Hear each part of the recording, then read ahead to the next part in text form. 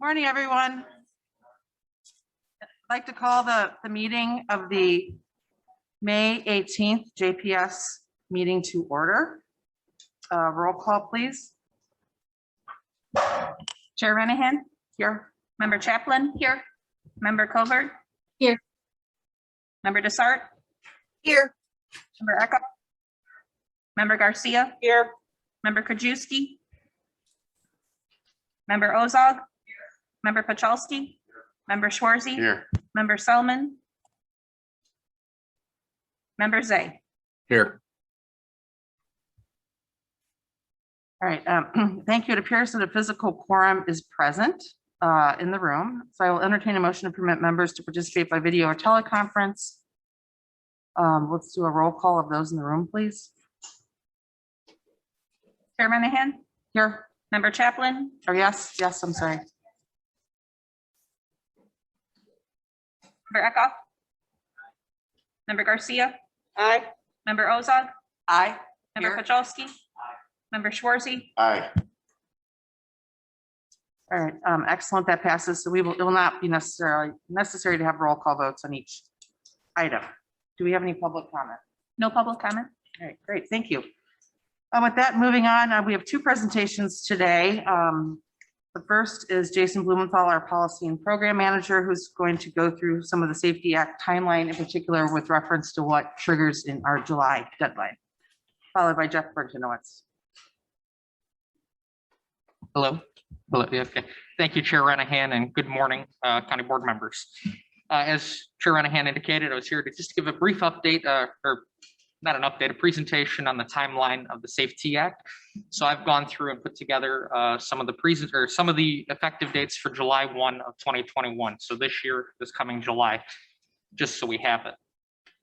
Next slide, please. So just overall, there's four key dates for the Safety Act. The first one is July 1 of this year. I'm going to go through that in the presentation, so I'm not going to dig too much into that right this second. But January 1 of 22 is another key date. That's when the Sheriff's Office will be required to have body-worn cameras implemented fully, and law enforcement officers throughout the state will have a certification program. The third date that's important is January 1 of 2023. That is the pretrial release standards become effective, or the bail reform aspect of the act, where we get rid of cash bail. And the last date is January 1 of 2025. That's what affects reapportionment for the 2030 census in regards to how districts are drawn and where prisoners are considered living. They're considered living at their home location and not where the place of confinement is. Next slide. So starting off with the reporting of death of individuals in custody. We got law agencies must report deaths of any inmate or anybody within custody of the Illinois Criminal Justice Information Authority. So that will be a reporting requirement. The second is the Task Force on Constitutional Rights and Remedies. There's a little bit of a drafting error there, that they're required to file a report by May 1 of 2021. However, they have yet to convene and or be appointed fully. So I will update you guys if and when that report comes out. There to be looking at the constitutional rights and remedies, as well as qualified immunity, which we know was a topic of discussion when the Safety Act was going through. Third, it actually gives the Attorney General a cause of action against government agencies if there is a practice that limits, harm, or infringes on one's civil rights or liberties. There is a penalty if found guilty, up to $25,000. The fourth actually gives more protection for whistleblowers. So individuals who call out improper government actions can be fined, or I'm sorry, people who retaliate against those who call out improper government action can be fined $500 to $5,000 if found guilty of that. Next is a big one, and I'm sorry, there was no easy way to break this down. This is the new requirements of training for police officers. It's broken into two aspects. The first is annual requirements. So officers will be required annually to get training on law updates. The second will be for emergency medical response training. The third being crisis intervention training. And fourth is officer wellness and mental health. So again, that'll be once a year, officers are required to have that. The second aspect of it is for every 3 years, they must complete at least 30 hours of training 12 of those hours must be hands-on scenario-based role playing. And then it breaks down the specifics. There's some, it includes implicit bias and racial and ethnic sensitivity training, specific training on cover, concealment, use of force. There's additional training on the Fourth Amendment, 6 hours of training focused on high-risk traffic stops and 6 hours on use of force. So it specifies that. Now, these are the minimums. It has actually been charged to the Illinois Law Enforcement Training and Standards Board to promulgate the rest of the rules on it. They're hoping to have something up for their June meeting, but I haven't seen any update other than them merely saying, here's the requirements for the minimum. So when that comes out again, we'll share that. Next, thank you. Required use of body cameras. Yes, I know I said the sheriff's office isn't required to do it until January 1 of 22. However, this portion of the act is effective July 1, and it's a rolling stop for individual or different municipalities based on their population size. Next is the reporting of law enforcement statistics. More reporting is required for the sheriff's office to the Illinois State Police. They must report incidents, any incident that involves an individual experiencing a mental health crisis, or any actions resulting in the death of serious bodily injury of a person, or the discharge of a firearm or in the direction of a person. So again, it's more reporting requirements. Next, you get complaints against law enforcement officers. Prior, individuals who made a complaint against a police officer had to have a sworn affidavit. That is no longer required. And as well, officers traditionally knew who was handling their investigation case. That is no longer the protocol. Last on here is the prohibition of military surplus equipment. So the sheriff's office, as well as any other law enforcement agency, let me specify that, is no longer allowed to purchase specific military surplus items. There is a long list of it. I wasn't going to lay out all that, but I can provide it if you guys would like it. Next up, restoration of suspended revoked driver's license. So previously, if an individual didn't pay 5 or more traffic stops or traffic violations and or automated tickets, the county would be able to suspend a license in order to hopes to get the fines and fees from that.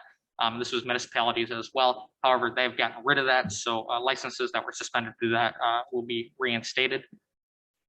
Next is the change in use of force standards. They will be looking at use of force based on a totality of the circumstances. So that's a term of art in the legal world when they're looking at how was it used, how was force used, and what happened during that situation. As well, it also prohibits any restraint above the shoulders that could cause a lack of breathing, and then also the prohibits the discharge of kinetic impact projectiles or other non-lethal projectiles at target's head, pelvis, or back. I know we talked about that a few weeks ago. Then we also have officers now have a duty to intervene. If they see another officer doing an act that is illegal, they're required to go and do that. If not, they can be charged as well for misconduct. As well, a new one is law enforcement officers do have to provide medical attention to a suspect or anyone that they see, even if it is due to them causing, even if it's due to their use of force. And my last set here of things for July 1, it's the requirement of free phone calls. So when an individual is arrested now, they get 3 free phone calls within 3 hours of coming to need to be a holding cell, the jail, the police station, wherever it may be. And those rights are renewed every single time they are transported to a different facility. So they would be able to get 3 new phone calls again at that time. Search warrants, something big that came up when the Safety Act was going around.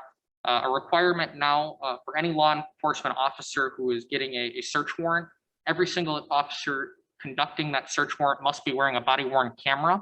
If there's any material deficit in the warrant itself, you have to inform your supervisor as soon as possible so an internal investigation can occur and determine what happened to get there. Another one that will affect the sheriff's office specifically is pregnant prisoners guidelines. So the correctional officers will have to receive training on healthcare for pregnant individuals, as mental and medical healthcare issues for pregnant prisoners. And then another aspect after a baby is born, the prisoner and the baby get 72 hours to be together as long as it's safe for both the baby and the individual. And then last but not least, it amends mandatory minimums. There's certain mandatory minimums for drug possession, retail theft, and driving on a revoked license that judges now have more authority to set other parameters outside of what those mandatory minimums are. Need to be probation, mental health class, or something along those lines. So it's outside of what the say, well, here's your fine or here's your jail sentence. So with that, that's just a very brief update of everything that'll be due or that is effective July 1. We just, Chair Renahan and I talked about, we just want to make sure we all truly understand what's in this bill. Or public act, that's not a bill anymore, public act. So that's where we're at. That we'll continue to update you with any changes we see and whatever you guys need to. If you have any questions, let me know. Great, thank you, Jason. I think it's very helpful to see, what we're doing incrementally, what's due in January, what's due in July versus, it's such a big bill with the long horizon. So I hope this helps the committee break things down a bit. With that, I'd like to bring on Jeff Martinowitz. I'm not sure if I ever pronounced your name right, Jeff, but our CFO, to talk about, how exactly can we pay for some of these requirements? Thank you. Okay, thank you, Chairwoman Renahan, and good morning, everybody. At the Judicial and Public Safety Committee meeting on May 4th, Chairman Renahan asked staff to prepare a memo for the committee that outlines the county's transfer of the $21 million from the CRF fund, the Coronavirus Relief Fund, to the general fund after the county has submitted eligible public payroll safety costs. The chairwoman also asked for clarification on how the county would fund expenditures related to the Safety Act. To clarify how these mandates would be funded, a 5-year analysis was prepared showing the financial projections of the general fund. The $21 million from the CARES Act has been incorporated into the 5-year projection. The projection allows the committee to see available resources in the general fund, for example, our surplus and deficit in each of those years, and the projected amount of fund balance reserves each year. So we did send out a memo last night that does detail some of our funding, and in particular Exhibit A, which is a spreadsheet that takes a look at where we've been in the general fund, our current status, and our out years 2022 to 2026. So there's two elements of funding the safety bill that we've primarily talked about. The first one being capital, and we've done some capital expenses already. And that being the body camera leases that we'll have to pay now for over a 5-year period. Those expenditures are primarily funded, and any additional dollars for capital related to the safety bill, we believe can come out of general fund reserves with that additional $21 million that was built into the general fund for public safety costs. The more difficult element of funding obviously is personnel. So the goal here this morning was to prepare a 5-year projection to show an operating surplus in the general fund that can be achieved with reasonable increases to revenues and expenditures. For example, sales tax, we factored in only a 2% growth rate, income tax 1.75%, and total expenditures actually less than 2%. I know that we sent out a memo on our sales tax. Sales tax, obviously, when we talk about it, the general fund is our largest funding source. And we have some great news. We think we're going to be way over budget in sales tax. So that takes a lot of pressure off funding things like mandates like this. So that also helped us to prepare this 5-year projection using those increased revenues from sales tax and, quite frankly, other revenues that are growing. So in order to achieve additional personnel, what we needed to do is in the out years, 2022 to 2026, was to show an average surplus of about $1.75 million. So we were able to achieve that by using these reasonable assumptions and, quite honestly, with a limited amount of capital that's not CARES funded, if you will, in our projections. So as I stated, these surpluses can be used to fund additional headcount in the state's attorney's office, public defender, sheriff, and probation. Staff will continue to work with the individual departments for its staffing needs during the upcoming FY22 budget. And one thing to note that's very important, and I think I've touched on this before, is that reserves should not be used to fund personnel or operating costs, as these funding policies may cause a structural deficit. So we have not used reserves in this analysis to fund any operating costs, including personnel, and I think that's very important. Next slide, please. So in the 5-year projection, we assume some major assumptions. We did not factor in a property tax increase. As I stated before, sales tax has slight growth over 2021 because our sales tax will be increasing. We were able to take advantage of it this current fiscal year and increase the amount of revenue generated in sales tax. Income tax growth, a slight 1.75%. We did factor in a 2% COLA increase into the projection. Of course, that's all contingent upon county board approval. Health insurance during the out years 2022 to 2026 assumes a 4% increase.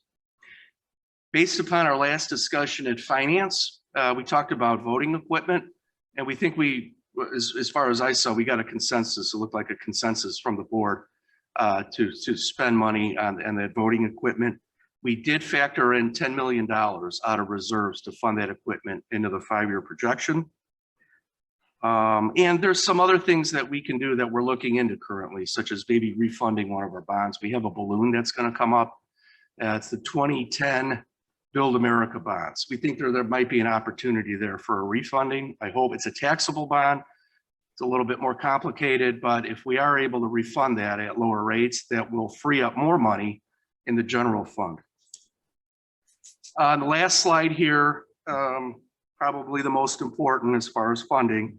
As I've stated before, this is a slide that shows our expenditures from 2019 all the way out to 2026. And then it also shows our level of fund balance and our percentage of fund balance as compared to our operating expenditures. So if you take really a look at the last line, the percentage of operating expenditures, we're right around 50% each of those years. So we're funded very well in the general fund. These projections, again, are conservative. And again, in 2021, we see it go down a little bit. That's because of the voting machines. So once that $10 million is encumbered, our fund balance will come down a little bit. That'll leave about $11 million left for additional capital needs, whatever the board may deem that to be for future capital. So right now, as it stands, with good revenue projections and conservative estimates on expenditures, we believe we can factor in personnel in all of these departments that are affected by the safety bill. So what those personnel costs are and how many we will add, that'll all play out during the upcoming budget. So I think this is some good news. Hopefully everything stays on track here. And we'll update this accordingly as things change, but this is our funding plan for now. All right, thank you so much. I think that's some great information for us to go off. Look, we can do a couple of questions and then I want to move into our agenda in the interest of time. I know we have an 8:30 meeting following this. I saw Member Ozog's hand up.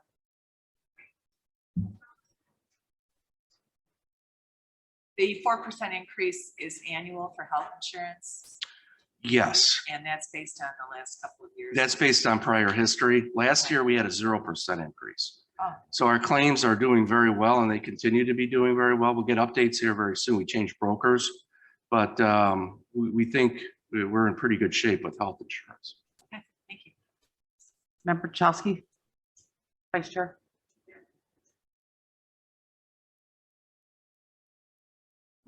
Thank you. You know, in last year's budget, didn't we have a slight increase due to new growth? Isn't that? We did. We're not doing that under your presentation. Yeah. We're not doing that. Is that what your projection is? Is that we do not do anything new growth? Well, I didn't want to factor that in without full discussion from the board at finance and county board. I could, I think we can generate about $500,000 a year in new growth. All right. Thank you. Seeing no more questions, I will ask for approval of the minutes of JPS Tuesday, May 4th, 2021. So moved, Chaplin. Second Garcia. All right, any additions, questions? All right, all in favor, say aye. Aye. Any opposed? Those are approved. I'll take a motion to approve FIR 27321 resolution revision to personal budget for the sheriff's office. So moved, Chaplin. Second Garcia. Okay, thank you. Questions, comments?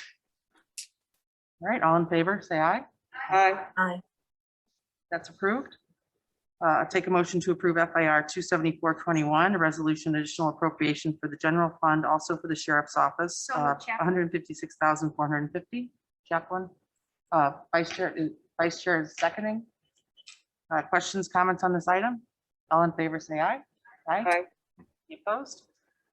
That is accepted. I'll take a motion to combine procurement requisitions 7A, B, and C. They're all probation services for offenders and probationers from probation. Second, all right. Oh, okay, yes. Is 7A, is that a full-time position? We have Bob McKellen on the line to answer that. Yes, good morning. It's Bob McKellen from probation. It is a full-time contract position. It's a not to exceed. She has historically put in about 30 to 35 hours per week. Wouldn't we make this person an employee? I mean, I understand, but it seems to me, we probably had her for several years and we're paying this out. And it seems to me, if we do it each and every year, why do we consider a full-time employee then? We haven't had room in the head count, but we can look at that moving forward. All right, thank you. Any questions or comments on combining these items? All right, all in favor, say aye. Aye. With that, I'll ask for a motion to approve JPSP 11421 for Tara Fulmer, evaluation of offenders for probation, 97,500. 2021-42, contract path to recovery foundation for recovery coaches for probationers for probation, grant funded, not to exceed 24,500. And 2021-43 for Kelly Graham to identify job placement, for unemployed probationers, also for probation, not to exceed $20,625. All in favor? Second Garcia. Sorry, all in favor, say aye. Aye. Aye. Any opposed? All right, that's approved.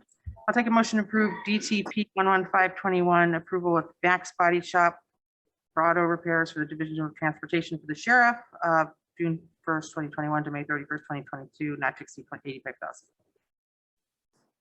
All right, all in favor, say aye. Aye. Any opposed? That's approved. I'll take a motion to approve JPSP 11621, a purchase order with DUR Graphics Custom Filing for case file system for the Circuit Court Clerk, not to exceed $34,153.89. Questions, comments? All in favor, say aye. Aye. Any opposed? That's approved. I'll take a motion to approve JPSP 11321, purchase order with Logicalis for cloud services and tech support, also for the Circuit Court Clerk, not to exceed $1,069,690. Second Garcia. Second, thank you. Any questions, comments on this item? All in favor, say aye. Aye. Aye. All right, that's approved. Take a motion to combine grant items A, B, and C. Second. All in favor, say aye.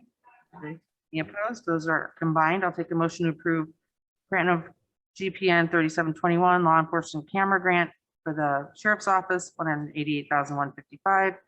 GPN 3921 law enforcement response to drugs grant for the state's attorney, 150,000. And GPN 4021 adult redeploy Illinois program for the probation report services. Motion to approve. Okay, thank you. All in favor, say aye. Aye. Any opposed? All right, those are approved. I'll take a motion to receive and place on file the Public Defender's Office April 2021 monthly statistical report. Second. Second, Garcia. All in favor, say aye. Aye. Opposed? All right, that will be placed on file. Do we have any old business? Do we have any new business? All right, do I have a motion to adjourn? Second. All in favor, say aye. Aye. All right, thank you all.